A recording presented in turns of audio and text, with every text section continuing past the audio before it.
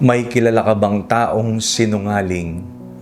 Ako po si Father Fiel Pareha at ito po ang ating segment, ang Daily Devotion, na kung saan tayo po ay magdarasal, magbabasa at magninilay kasama ng salita ng Diyos sa buong taon. Manalangin tayo.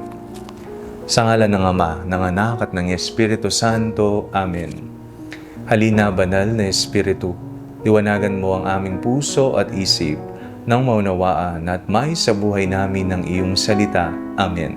Our Bible passage for today is from the letter of St. Paul to the Romans chapter 9 verses 1 to 5, and I read it for you. I am speaking the truth in Christ. I am not lying. My conscience confirms it by the Holy Spirit.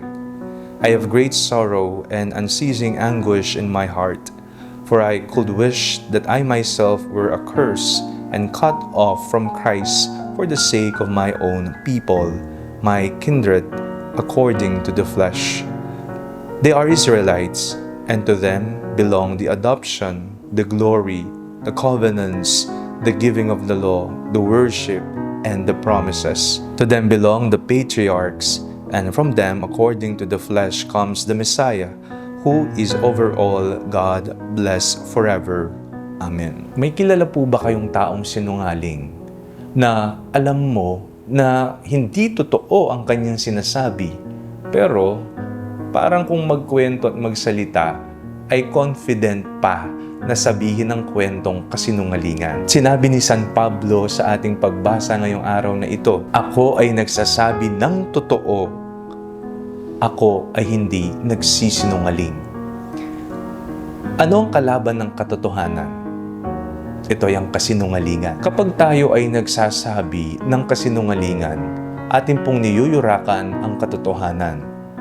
Kapag tayo ay hindi totoo sa ating mga pahayag, kinukubli natin ang katotohanan at nagiging kalaban tayo ng katotohanan. Si Kristo ang katotohanan ng mundo na kailangang malantad, na kailangang maipalaganap at maipakilala sa iba, higit lalo sa mga taong nasa kadiliman at namumuhay sa kasinungalingan. Ayaw ni Jesus ang kasinungalingan. Ayaw ni Jesus ang ikubli mo ang katotohanan. Ayaw ni Jesus na siya ay hindi ibahagi sa iba. Isang misyon para sa mga alagad ng Diyos, ipahayag palagi sa isip, sa salita at sa gawa ang kanyang katotohanan. Manalangin tayo. Panginoong Jesucristo, kayo po ang daan, ang buhay at ang katotohanan. May palaganap nawa namin ang iyong katuruan at kalooban. Amen. Sa ngalan ng Ama, ng Anak at ng Espiritu Santo. Amen. Huwag po ninyong kalimutang i-like ang video ito, mag-comment po kayo and share it with your family and friends. Ang Panalangin Bago Matulog ay may sariling Facebook page na po. Huwag niyo pong kakalimutang mag-like at mag-follow dito, and do not forget to subscribe to our YouTube channel. I-click niyo lamang po ang link na nasa description ng video ito, o kaya naman po, just search Father Fiel Pareha.